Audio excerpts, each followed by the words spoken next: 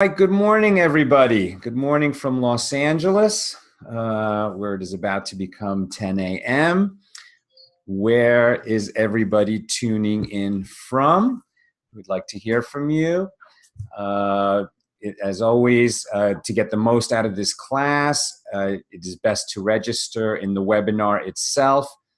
Those are the comments that I'm looking at constantly in our chat window. It is available on Facebook Live, but that's more of an auditing type of stance for being in this class. The expectation being that when people catch a class on Facebook Live, they drop in, they drop out.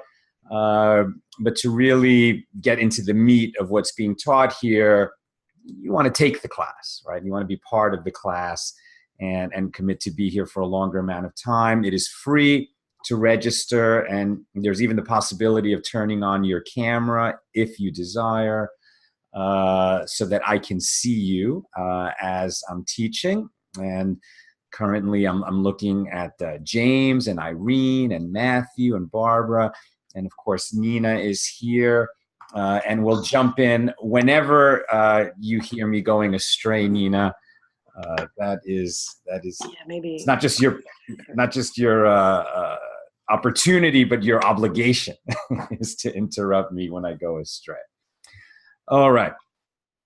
So I'm hearing some various noises. I don't know if it's just my computer, but please, everybody, make sure that's on the panel that you're muted. Thank you. Okay, Thank you. Barbara, I'll mute you there. You're good. Okay, thank you. And Nina, you'll be checking the Q&A as well.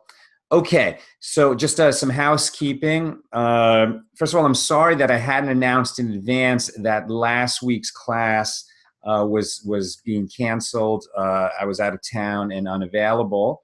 Normally, you'll know if God forbid that happens because you don't get the email reminder to get on board, right? But looking down the road, we will be off again next week. We're out of town. It's the 4th of July, actually, next Wednesday. The following week, I'll be traveling. I'm doing a talk in New Jersey, and then going down to Florida to see my parents. So class will resume on July 18th. We'll have class on July 18th and the 25th. All right. So after today, we're on again on July 18th and again on the 25th. Very good. Okay.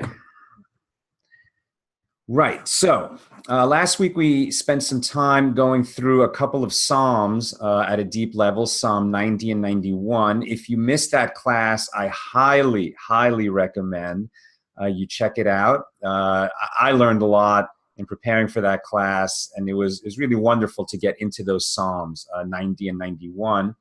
And I expect that at some point we'll go back and study some other Psalms on a deep level. But today, I thought we'd get back into the Talmud, and we're actually going to go into one of the tractates, which is considered one of the 3 most difficult tractates of the Talmud to study. This is tractate Yevamos, which is, there it is, Yevamos. Which is a little funny for me because Llevamos is a Spanish word. It means we carry. But here it's a Hebrew word, and it's actually about the laws of Yibum, which is very much an ancient practice. This is not something that we have anymore. But in the ancient world, in a world where a man could have multiple wives, that was done away with 1,000 years ago. But in the ancient world, I mean, you'll remember that Jacob had 4 wives, right? And he had the 12 children who became the 12 tribes of Israel through his 4 wives.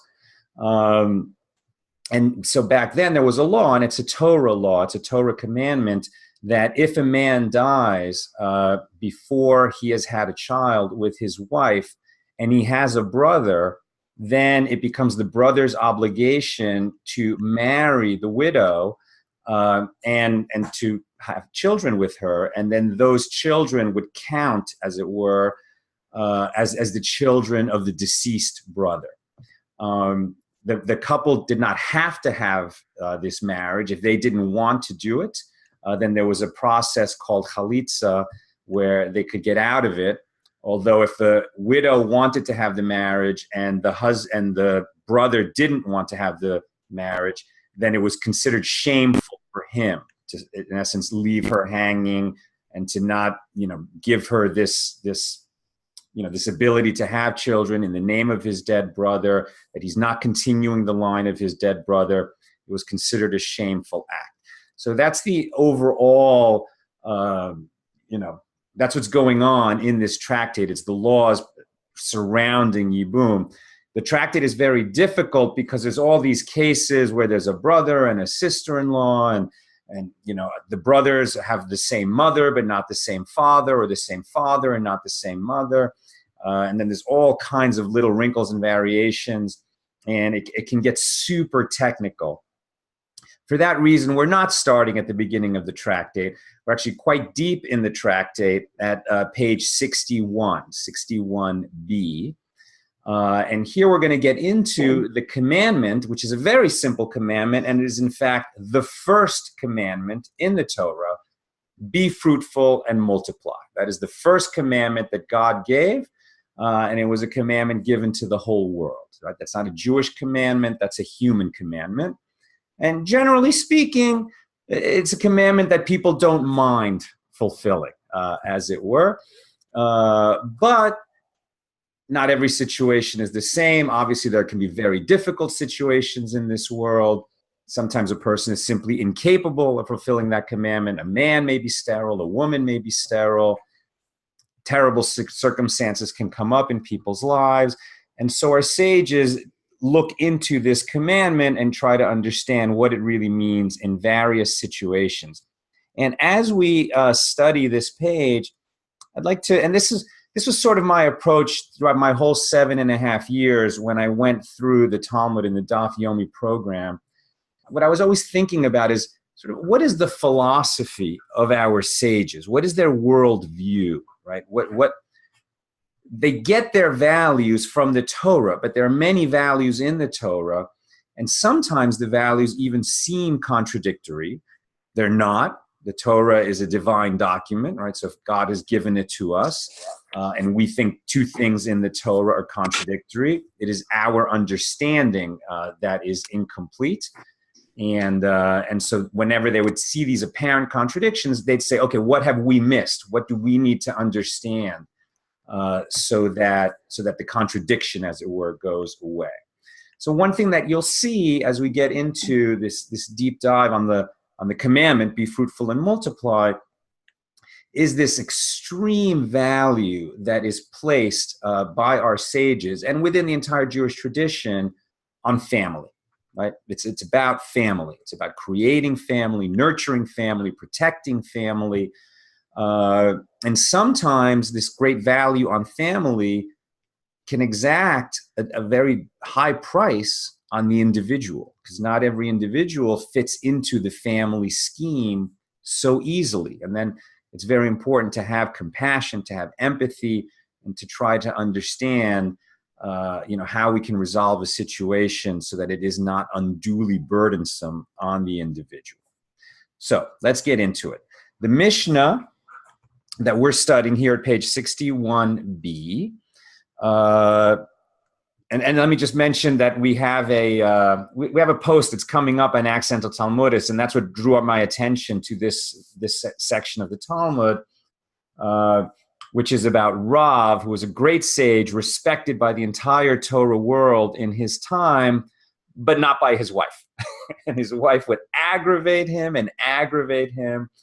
And as you'll see, there was a competing value in this post that's upcoming from us, where his wife would, no matter what he asked for or what he said, she would do the opposite. And at a certain point, his son was transmitting his requests from the study hall to his wife. And the son would reverse the requests because he knew that the mother would always do the opposite of whatever the father asked for. So the son would simply state that say the opposite of what his father wanted, so that his mother would then give the father what he wanted. And when the father learned of this, he said, "You are very wise, and I should have thought of that myself. However, you may not do that because I don't want you to learn to speak falsehood," right? So the value of speaking truth is greater than you honoring me, your father, by helping me get what I want from your mother, who will never give me what I want.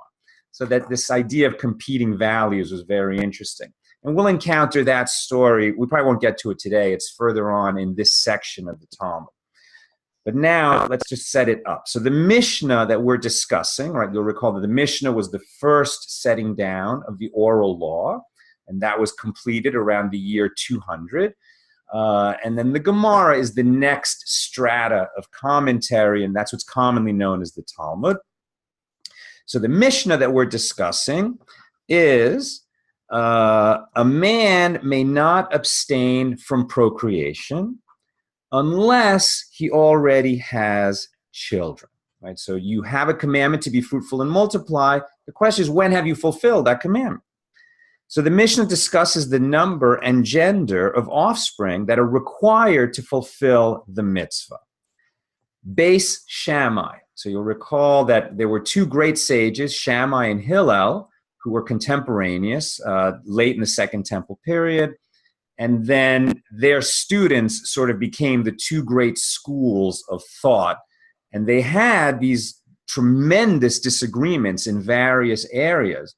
And when I often speak with you about the rules of Talmudic discourse and the idea that in order to get people to listen to you, you have to show them that you're listening to them. How do you do that?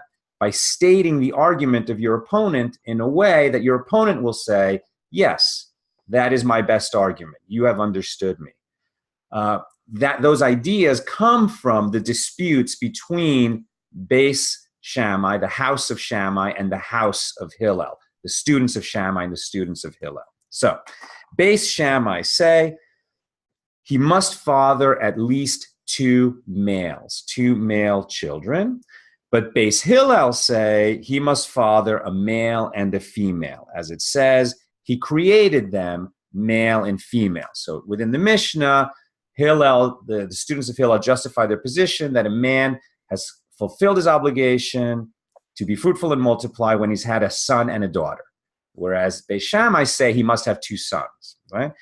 We don't know yet how Shammai justify their position, but within the Mishnah, we know that Hillel explains a son and a daughter by looking at the line, he created them male and female, right? That's from the creation story. When God created the humans, he created them male and female. So to be fruitful and multiply, you must create a male and a female, according to the students of Hillel. Now, the Gemara jumps in, right? The Gemara is the next layer of commentary. The Mishnah said that a man should not abstain from procreation unless he already has children. So the Gemara infers. But if he does have children, it is procreation from which he may abstain, but he may not abstain from taking a wife. I.e., if one has fulfilled the mitzvah of procreation, he is not obligated to have more children, but he is obligated to be married. Okay? So now this is a different value. It is not good for a man to be alone. It also says in the Torah. And so according to our sages, a man is not allowed to be single. He needs to be married, right? Now you understand this is very much the ancient world, and their understanding is you just can't be single. You can't be a bachelor. There were bachelors, but according to the sages, they're doing something wrong. The Gemara comments, this inference from our Mishnah supports the ruling that Rav Nachman said in the name of Shmuel. For he said, even though a man has many children, he may not remain without a wife. As it says, it is not good that man be alone. Right? And this is a different commandment from be fruitful and multiply. The Gemara presents another version of the above discussion, but others say the Gemara's inference was as follows. The Mishnah says that a man may not abstain from procreation unless he already has children. But if he does have children, he may abstain from procreation, and he may even abstain from taking a wife altogether. So now this, in the name of others, right, this is an unnamed rabbi, unnamed group, but it's an opposing view. Right? That if you've got children, okay, you don't have to be married. So which is it?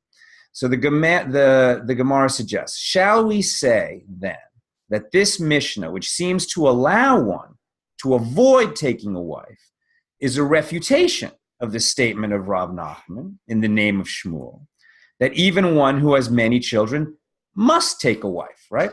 So Nachman says in the name of Shmuel that even if you have many children, and then God forbid you lose your wife, you need to marry again.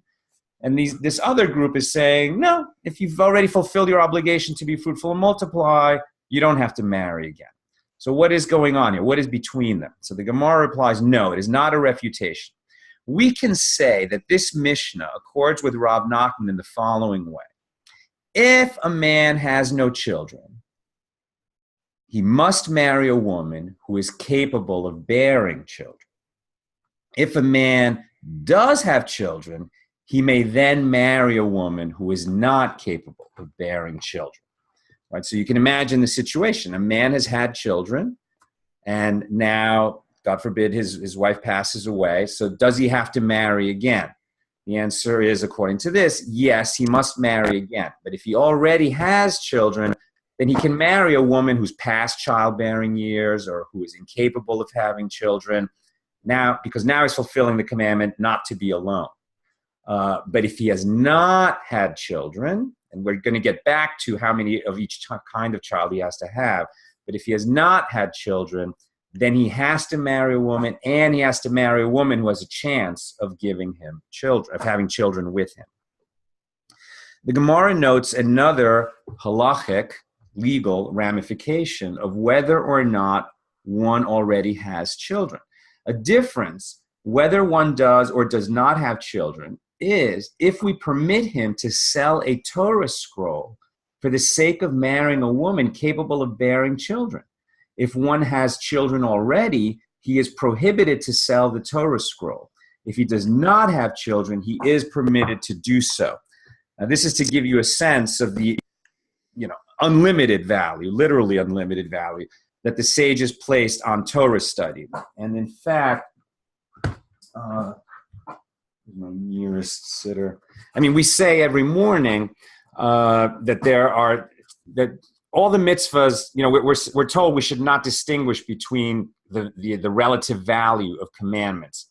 Yet some commandments are singled out. I've mentioned this before in the daily prayer book as these are the commandments, these are the obligations when you fulfill them, that you enjoy the fruit of this world and the principle remains for you in the world to come. And these include visiting the sick, accompanying the dead to the grave, enabling a bride to marry, honoring mother and father, etc. And Torah study is equivalent to them all. Right? So if you have a Torah, the only way that you can sell a Torah, that you're permitted to sell the Torah, is to further Torah study. Like, let's say you have 3 Torahs, and in order to open a classroom where you're going to teach more Torah, you can sell one of the Torah scrolls. Or to enable a marriage, right? To enable a marriage. So the Gemara cites the clause of the Mishnah that reads, Beis Shammai say, let me just read this note. The Gemara in Tractate Megillah teaches that it is forbidden to sell a Torah scroll unless the funds are needed to support Torah study or to facilitate marriage. Our Gemara speaks of a man who could marry either of 2 women, one fertile and one infertile. However, due to his financial condition, only the infertile woman agrees to marry him. The fertile woman refuses. She presumably has other options. Now the man owns a Torah scroll that he could sell, and with the proceeds gain the hand of the fertile woman. Remember, this is very much rooted in the ancient world, where marriage was much more of a negotiation and a legal thing, and families getting together. And if a boy wants to marry a girl, she has to have a dowry, and if her family's too poor, or if his family's too poor, there was a lot more at stake in that world than whether they love each other or not. And some would argue that the marriages were more successful, and some would argue less. That's a different issue for another day. Now, The man owns a Torah scroll that he could sell, and with the proceeds gain the hand of the fertile woman. In this situation, he will be permitted to sell the Torah scroll only if he has not yet fulfilled the mitzvah of procreation. If he already has children, then he may not sell the Torah scroll, and he should instead marry the fertile woman. To pop out for a second, this kind of logic in the Talmud is something we see all the time, right? So you bring down a law, it seems that it's clear, or the difference between the two sides is very slight, and what difference does it make? And then they'll find a case from another area of law that helps us understand why the distinction is important, right? So the Talmud is so much, and the whole Jewish tradition and Torah study is so much about making distinctions. Distinctions between people, distinctions between situations, distinctions between time periods. The Torah is sort of the opposite of we're all the same. We're not all the same. And even an individual is not the same at all times. And trying to figure out what is between them, what is between two situations or two people, is something that's where Torah study will almost invariably go, right? Two positions, what exactly is between them? And that's why Talmud study sharpens the mind, right? It's easy to say, oh, those two things are similar, it's the same.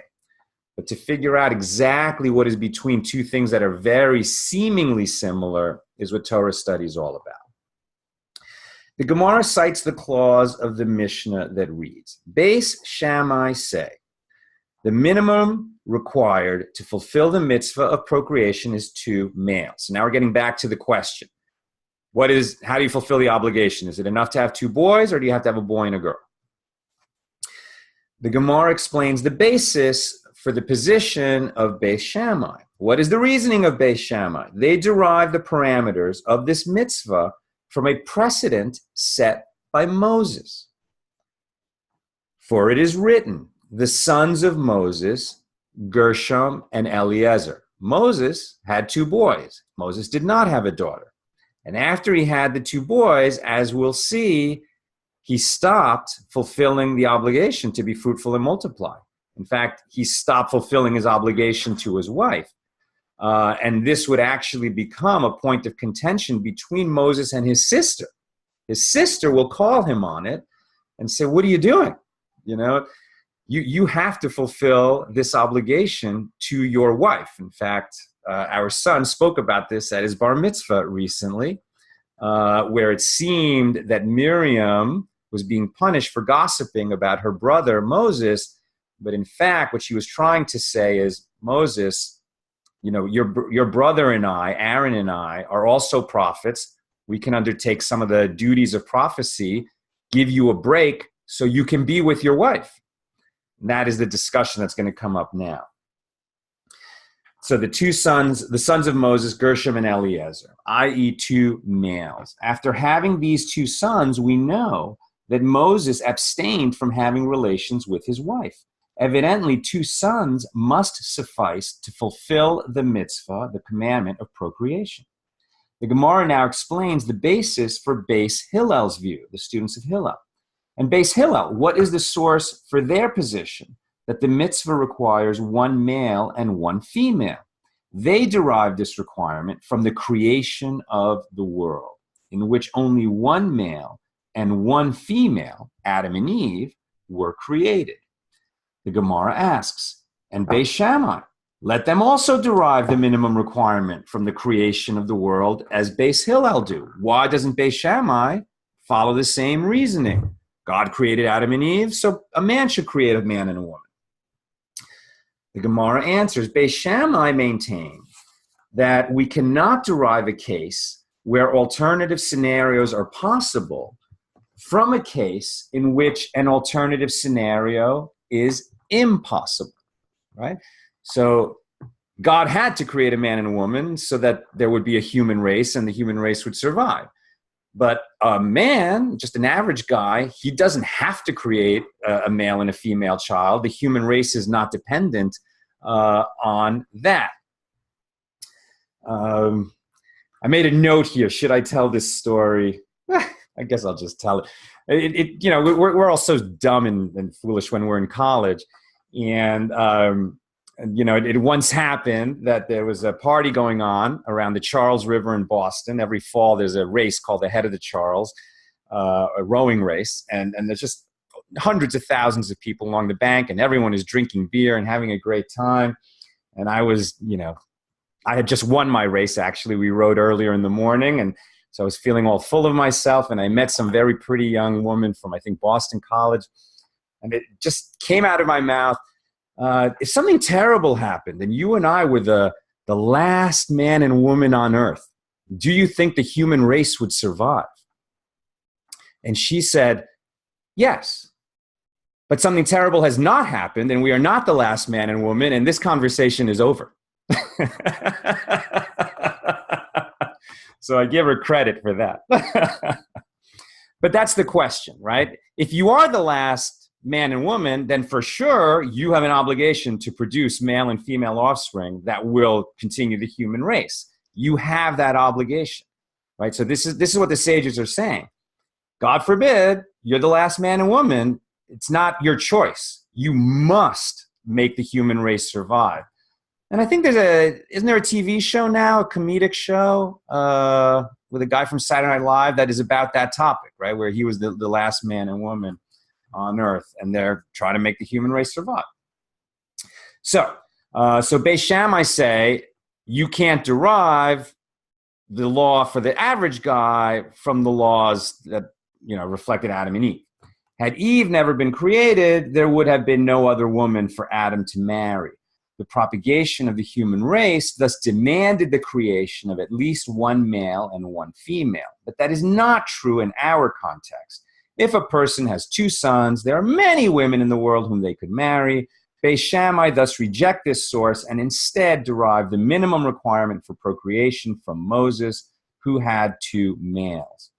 The Gemara now inquires as to why Beis Hillel reject the source of Beis Shammai, right? So Beis Shammai said, you know, that you have the requirement is to have two males, looking at Moses. So why does Beis Hillel reject that reasoning?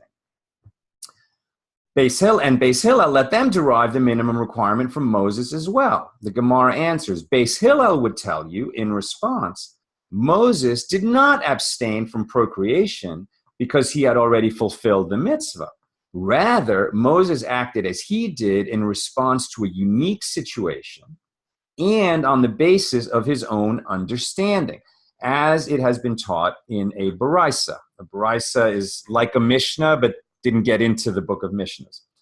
But it's an older teaching that is considered authoritative. And Moses did, so as it has been taught in a Baraita, Moses did three things based on his own understanding of what the appropriate course of action was. Right? So Moses is called the lawgiver, but he's more of the law transmitter. Right? Everything that we got that is the law that we follow in the 5 books of Moses are laws that were given by God to Moses, and he transmitted it to us faithfully. But there are actually some things that he did that were based on his own understanding, and that's what we're talking about here. Moses did 3 things based on his own understanding of what the appropriate course of action was. And in each instance, his thinking was ultimately found to be in accord with the thinking of the omnipresent, of the Holy One. Number 1, he separated permanently from his wife. That's what we're discussing now. Number 2, he broke the 2 tablets of the law. Right? When he came down and he found the Jews worshiping the golden calf, God didn't say, throw the 10 commandments down on the ground and break them. Moses did that on his own. And number 3, and he added 1 day to the days of abstinence preceding the giving of the Torah. In other words, there were 3 days when the husbands and wives were not allowed to be intimate, preceding the revelation at Mount Sinai. And as we'll learn, God said 2 days, and Moses added a 3rd day, and then God ratifies this extra day that Moses added. Let me pause for a moment and see, do people have questions? Are there any questions that I should look at right now? Or if you... yeah, why don't you scroll up? There's a few good questions there. Okay. So let me see. Matt is saying, I love that debate style too. It requires respect and interest, paying actual attention and putting actual thought to the other position in the debate. Right, when we're talking about the Talmudic discourse between the students of Hillel and those of Shammai. And Matt says people in general would do well to do that more these days. That's why I'm always advocating for it. Yes. This is over here. Barbara's asking, how do you abstain from procreation without wasting seed? Right. This is a very tough question. In the ancient world, I mean, let's just say birth control was not, I don't even think it was a possibility, right? So for them, to abstain meant to not do it, right? So then they wouldn't waste seed. Now, if we get into the physicality of that, if a man is just never emitting seed, then eventually he'll have nighttime emissions. And then there are actually laws relating to that, which is beyond the scope of today's class. Jeff Wayne says, I better find a wife, LOL. I'm a little long in the tooth for that, though, but the study of Torah is equal to them all. There you go. And we'll run into, some situations where even there were sages who chose to be unmarried. So it's unclear, is this sort of advice for good living, or is it a rabbinic commandment that a man must be married? It's a little unclear whether it rises to the level of a commandment, but it is certainly at the highest level of urging, right? Because family is such a value, and because a man without a wife, for our sages, and I would agree with this, a man without a wife is lacking the partner that he needs. He's just going to make bad choices. That's why God said to Abraham, listen to your wife, listen to Sarah. And likewise, a woman needs a husband for this reason. I mean, to have someone who's at your side and who opposes you, hopefully opposes your bad choices, your unwise choices, it's just a prescription for better living. It's not to say that single people are doomed to be miserable and you're doing something wrong if you're single. It's just that our sages place an enormous value on doing everything you can to achieve a state of marriage, including marrying the right person. I mean, if you marry the wrong person, you're not going to stay married. So you can't just rush into any couplehood, right? That is not what they're advising here at all.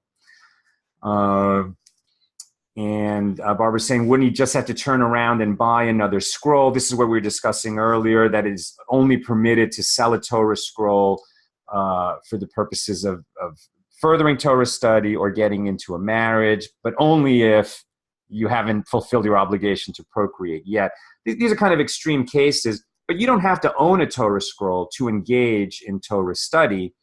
A Torah scroll is very, very expensive. And back then, they would use clay tablets, I believe. And remember, the oral law was oral. I mean, so much of Torah study was really rooted in discussion. And they didn't always have a text in front of them, or they would just go to the study hall where books were available, where scrolls were available. Matthew asks, so if a couple has 2 daughters, does this mean he and his wife should keep trying to have kids until they have 2 sons to fulfill this commandment? Well, that's what we're talking about, right? So according to one group, you have to have at least a boy and a girl, and according to the other group, you have to have at least 2 boys. And we haven't resolved the question yet. Which way does the law go? And in fact, we're going to see there's even a few other combinations of what it means. So we have not yet resolved the law. That's where we're headed. Andrew says, what if there are only 2 women and 2 men left on earth? What is their obligation? To get married, and each couple has to produce their minimum, right? We definitely, in that case, for sure, we need to repopulate the world, and I think they should probably have as many kids as possible, 12 or 13, or maybe even more. Okay. So let's get back into it. So we're talking about now that Moses did 3 things according to his own understanding. Okay. So the Gemara cites the first of these 3 decisions and records Moses' rationale. The Baraisa stated, he separated permanently from his wife. What source did he expound, right? Well, because remember, for the sages, they never would say the reason that we do something or not do something is because Congress voted on it and the president signed the bill into law, right? So for them, the reason to do or not do something has to be rooted in Scripture. So if Moses did something, he must have had a source in Scripture. What was Moses' source?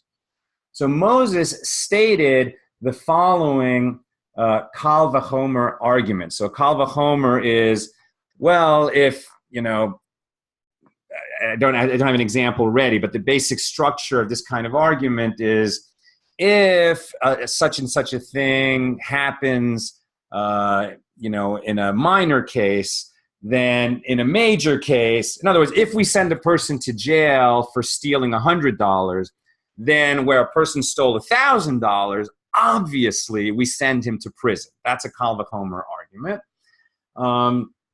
So now, if regarding the children of Israel, with whom the divine presence spoke but momentarily, right? God spoke to the entire nation, but only for a few moments.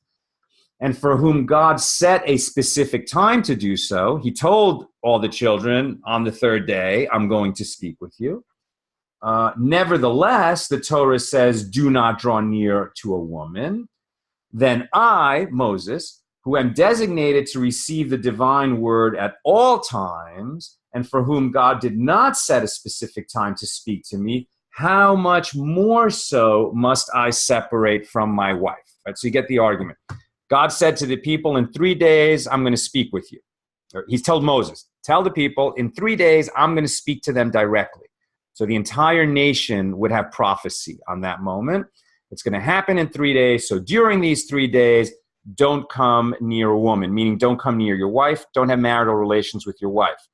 To understand why this matters, in the ancient world, when you've had marital relations, then you're in a state of tuma. You're in a state of ritual impurity because you've touched these bodily fluids. To regain a state of purity, you have to immerse in a mikvah, right? This really mattered in the ancient world because you couldn't enter the temple if you were in a state of impurity. Now it matters much less. I mean, entering the mikvah and being pure is something that women do once a month following the menses so that they're permitted to their husbands. And that's, and men do in the Hasidic world that men will immerse in a mikvah sometimes every day, in some communities once a week. But they're not commanded to do it. And when men immerse in a mikveh, they don't say a blessing for doing it. In the ancient world, is a much bigger thing. And particularly, we're now being told that if you're going to receive prophecy, if God is going to speak to you, you can't be in a state of impurity. So the entire people had to be in that pure state. And they knew when it was going to happen. But Moses, who gets summoned by God unexpectedly, but like every few days, basically, while they're in the desert for 40 years, and he never knows when it's going to happen next, he has to always be ready. And so he tells himself, I have to be ready. I can't be with my wife because then I might be impure when God wants to speak to me. The Gemara comments further, and his thinking was in accord with the thinking of the Holy One, the Omnipresent. As it says, after the revelation that God told Moses, go say to them, return to your tents, meaning go back to your wives, but as for you, Moses, stand here with me. So Moses had been singled out as a special case, and that's why the students, this is why Beis Hillel are saying to Beis Shammai, Moses is a special case. We don't learn the rules of how many children you should have to fulfill the mitzvah of be fruitful and multiply from Moses, because he's a special case, just like Adam and Eve were a special case. The Gemara analyzes the second instance. So now we're continuing our digression of Moses had three things that he did according to his own understanding, not because God told him specifically to do it. The second case was that Moses broke the two tablets of the law, right? He came down with the 10 commandments, saw the golden calf, got angry, threw them down. The Gemara presents his reasoning. So the sages are crediting Moses that he didn't do this, without thinking and in a fit of anger, but he actually had a source for doing it. What source did Moses expound?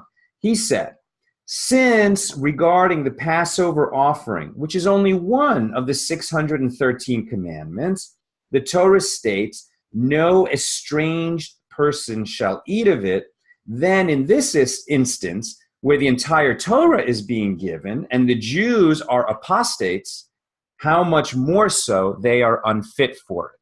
So the Passover offering, at Passover, a lamb is brought, right? The first one was when we were still in Egypt, the night before we went out.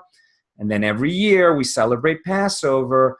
There's a special offering, which is unlike the normal offering, which is sacrificed on the altar in the temple. The Passover offering is slaughtered and eaten by a group of Jews who then recount the story of leaving Egypt, right? That's the Seder, that's Passover. We don't still make the Passover offering because we don't have the temple in Jerusalem, but in the commandment we do.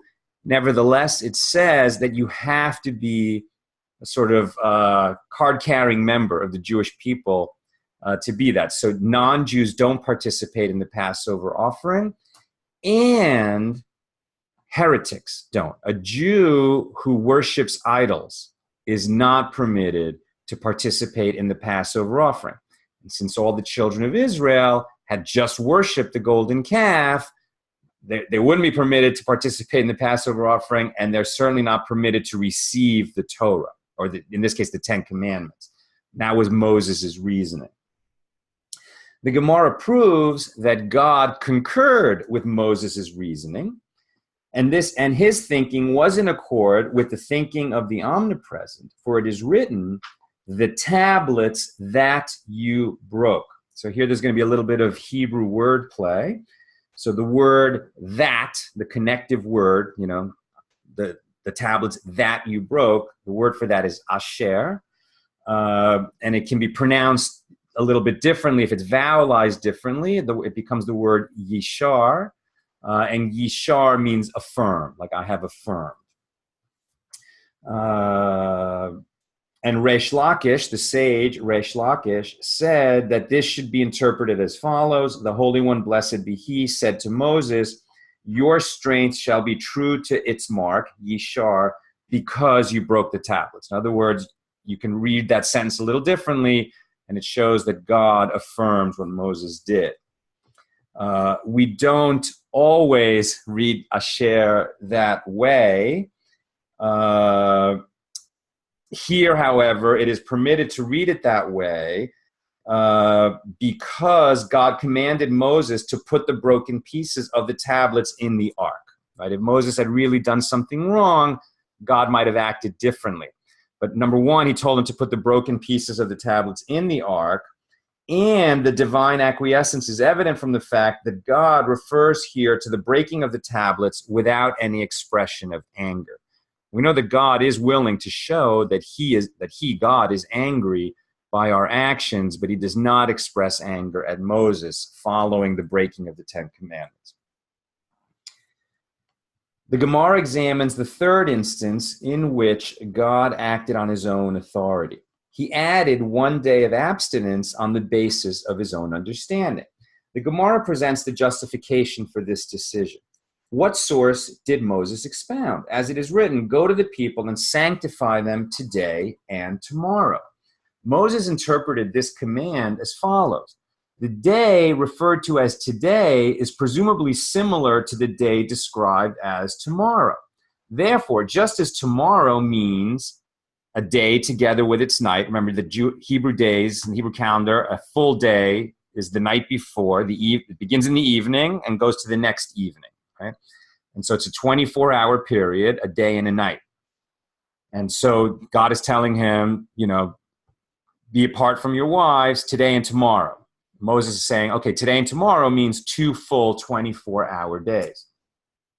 However, the night of the day that we are in now has already passed, right? So when he receives this commandment, we're already 12 hours into the new day. So we learn from this, according to Moses, that the 2 days of abstinence referred to as today and tomorrow are besides the day that we are in now. And so the third day is not the day after tomorrow, but the day after tomorrow. God had spoken to Moses on a Wednesday. Moses thus derived that in addition to the remaining part of Wednesday, Thursday and Friday were to be the days of abstinence. And now the Gemara demonstrates that God agreed with Moses' decision to add a third day. And his thinking was in accord with the thinking of the omnipresent, as is evident from the fact that the divine presence did not rest upon Mount Sinai until the Sabbath, which was after the day added by Moses, right? If Moses had been mistaken, then God might have come down a day early on Friday.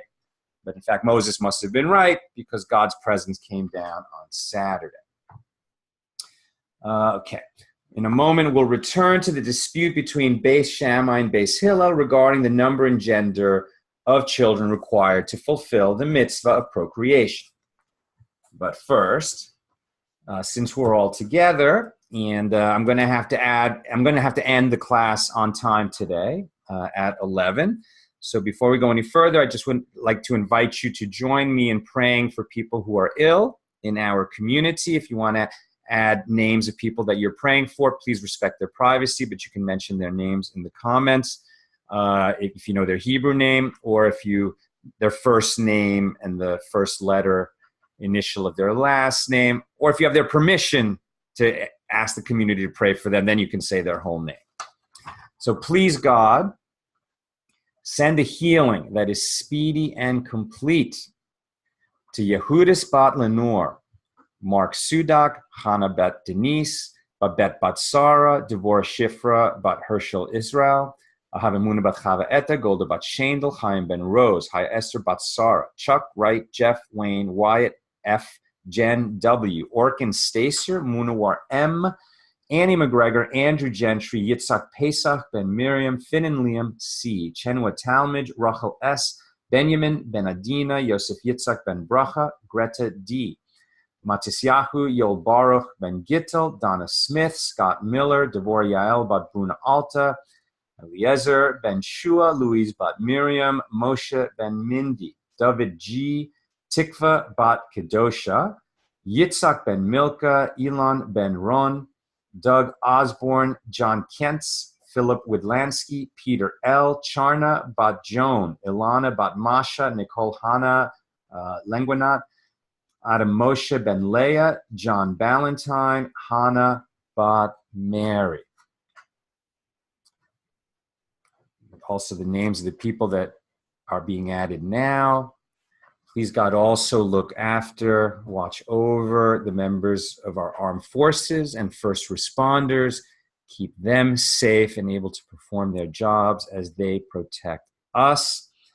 I will add myself, Yoel Ben Babette, having a routine procedure done tomorrow.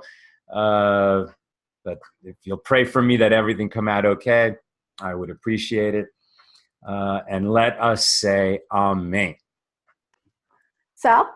Yes. Hey, I know you have to finish on time, so before you start up talking, there's some really good questions that thank you to address. Annie McGregor had a great question. She said, do you think Moses being separated even more so than everyone else, is that a picture of how we as Jews are chosen by Hashem?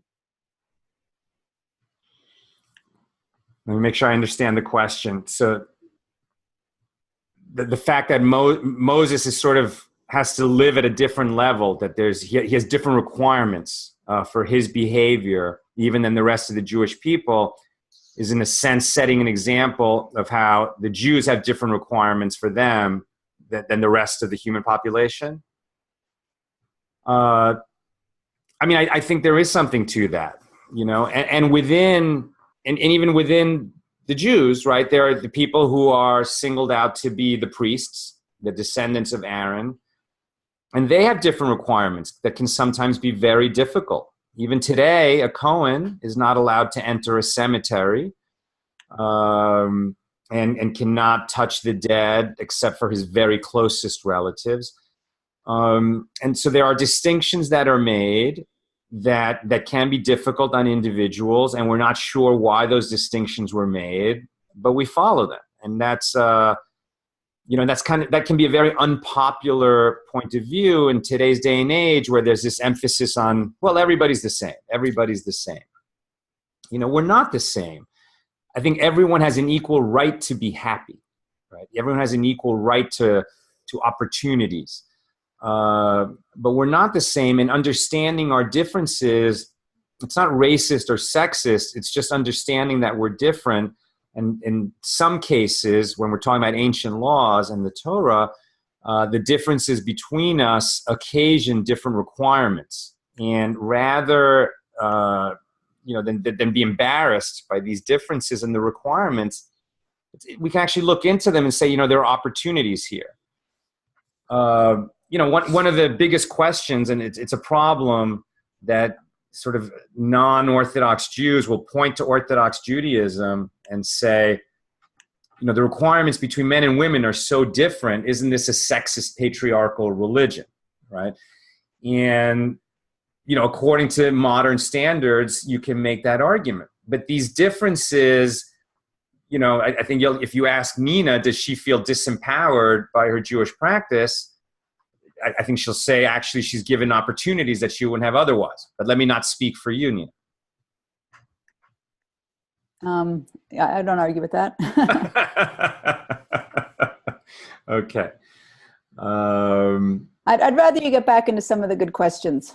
Okay, so Irene says, so if Moses broke the tablet because we were worshiping the golden calf, and that all of us carry our ancestors' sin, then none of us may partake in the Passover offering.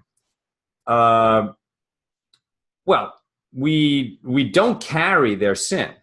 That's actually a teaching. The sin of the fathers extends to the third and the fourth generation.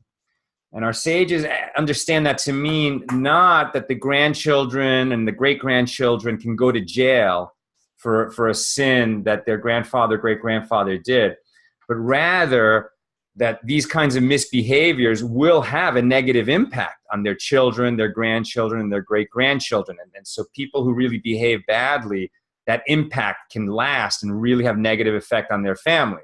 I mean, look at a guy like Bernie Madoff.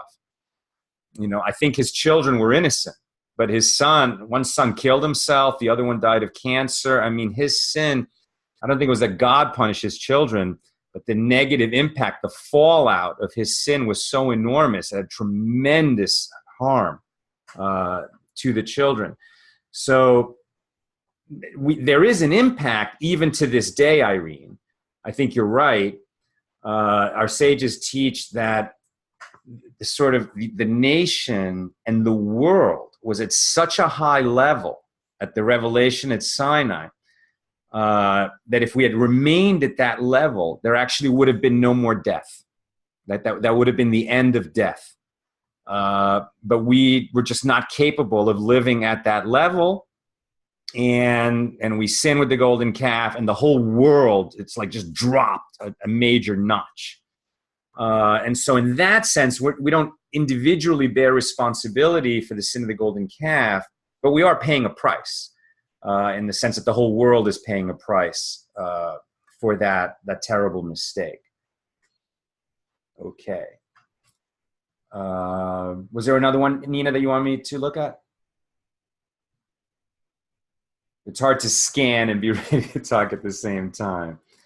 But Matthew said, so the tablets being broken and the pieces being kept, symbolizing the breaking of the covenant and a reminder of that. Yes, yes.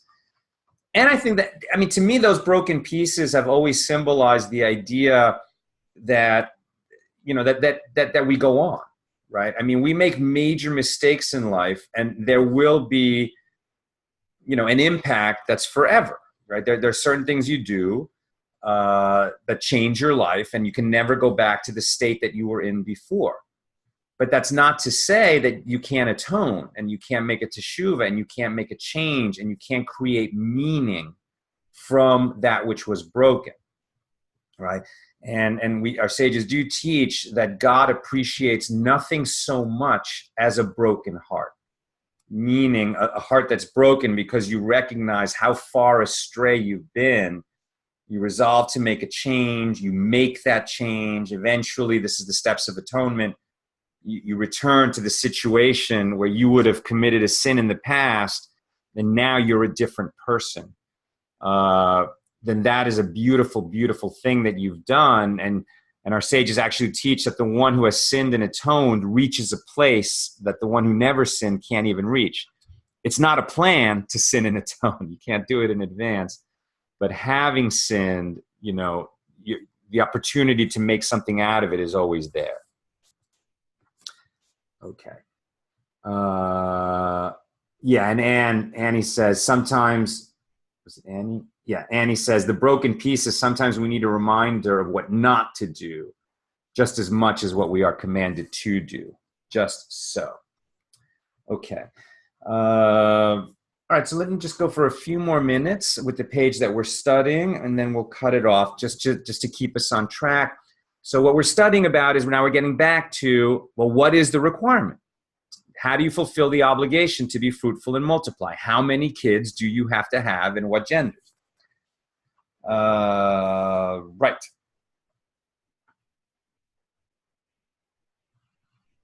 I'm sorry. Okay, the Gemara returns to the dispute between Beis Shammai and Beis Hillel regarding the number and gender of children required to fulfill the mitzvah of procreation. The Gemara cites a Baraita that records a different version of this dispute. It has been taught in a Baraita. Rabbi Nassan says that the dispute is as follows. Beis Shammai say 2 males and 2 females are required to fulfill the mitzvah of procreation, but Beis Hillel say a male and a female suffice. What? This is a totally different understanding of the conflict. We had thought Beis Shammai say you have to have 2 males, and Beis Hillel say you have to have a male and a female. Here comes Rabbi Nassan and says, no, you misunderstood the conflict. Actually, Beis Shammai say you have to have 2 males and 2 females. The Gemara explains the source for this novel view. Novel meaning it's just been introduced to our conversation. Rav Huna said, what is the rationale behind the view that Rabbi Nassan stated according to Beis Shammai? The requirement of 2 males and 2 females is expounded from the following verses, as it is written. Now, the man, Adam, had known his wife, Eve, and she conceived and bore Et Cain, and she added, giving birth to his brother, Et Abel. Okay, so this et, right? Et is an interesting word that we don't have in English. But where you have a transitive verb with a direct object, Hebrew inserts this little word et, it's a grammatical peculiarity of Hebrew that when there's a direct object to a verb, et is added before that object. But our sages say there's no extra words in the Torah, so it's not just a grammatical peculiarity of Hebrew. There's a reason that this et is there. So each occurrence of the Hebrew word et alludes to a twin sister. Thus, Adam and Eve's children were actually 2 males and 2 females. Each of the boys had a twin sister. Abel and his twin sister, as well as Cain and his twin sister. And it is written later, after Abel's death, that Eve gave birth to another son, Seth, and said, for God has provided me with another child in place of Abel, for Cain has killed him. Since Abel's place had to be filled by Seth, the implication is that less than 2 males and 2 females would not be adequate. The Gemara explains why the other views do not expound the verse in this way.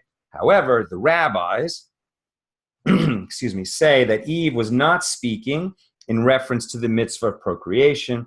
Rather, she was simply expressing her gratitude to God for providing her with another child after she had lost one. So this view that the requirement is 2 boys and 2 girls, no one holds that, right? So the rabbis say Reb Nassan had it wrong. Now the Gemara, okay, that's where we're going to have to end the class today. So when we come back, we're on page 62a in Tractate Yevamos. We'll be returning on July 18th, and we'll pick it up there.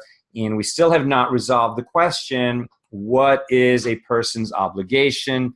Is it to have at least 2 males, like Moses, or to have at least a male and a female in the way that God created Adam and Eve? Thank you so much for joining us today in our weekly Torah class.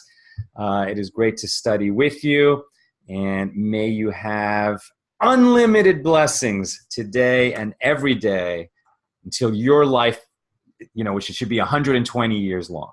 All the best.